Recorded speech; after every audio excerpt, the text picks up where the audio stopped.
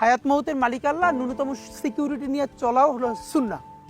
কিন্তু আমাদের লড়াইটা হলো, আমার মা স্বাভাবিকভাবেই কান্নাকাটি করেন, আমার পরিবার সবাই। তো আমি আমার মাকে বলেছি যে দেখো, মানে আমরা যে লড়াই নেমেছি, আমার একটা মনে হয় কি, কোনো রাজনীতিবিদের না বাসায় মৃত্যুটা হইতে পারে না, এটা কোনো ভালো মৃত্যু না।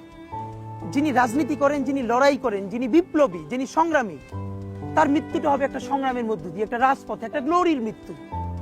আমি তো ভীষণভাবে প্রত্যাশা করি, আমি ছোটবেলা থেকে এই স্বপ্নটা দেখি, অনেক জায়গায় বলেছি, একটা তুমুল মিছিল হচ্ছে অন্যায়ের বিরুদ্ধে, সেই মিছিলের সামনে আমি আছি, কোনো একটা বুলেট এসে আমার বুকটা হয়তো বিদ্ধ করে দিয়েছে, এবং সেই মিছিলে আমি হাসতে হাসতে আমি শহীদ হয়ে গেছি।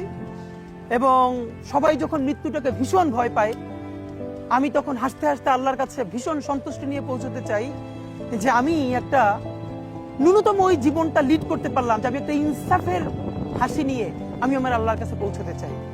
সুতরাং আগামী 50 বছর বাঁচলাম, কোনো ইম্প্যাক্ট তৈরি হলো না আমার দিয়ে, দেশের জন্য, রাষ্ট্রের জন্য, উম্মার জন্য, জাতির জন্য। কিন্তু আমি ধরেন 5 বছর বাঁচলাম, সেটার মধ্য দিয়ে যদি আগামী 50 বছরের ইম্প্যাক্ট তৈরি হয়, তাহলে অনেকদিন বেঁচে থাকায় কি সাফল্যের? বলেন, শহীদ প্রেসিডেন্ট জিয়াউর রহমান কয়টা দিন বেঁচেছেন, কিন্তু ভাবেন আজকে পর্যন্ত উনি আমার অনুপ্রেরণা। হাঁটতে হাঁটতে আমার পা ফুলে যায়। আমি, আমার টিম সেদিনকে ব্যাগের মধ্যে জুতো নিয়ে তারপরে একটা শপিং মলে ঘুরছিলাম, মানে পা ফুলে গেছে, পা জুতোয় ঢুকাতে পারছিলাম না। তো জিয়াউর রহমানের একটা ওনার গল্প মনে পড়ছিল, যিনি মাইলকে মাইল যখন হাঁটতেন, ওনার সাথে স্টাফদের পা ফুলে যেত, কিন্তু ওনার তো আর্মি ট্রেনিং আছে।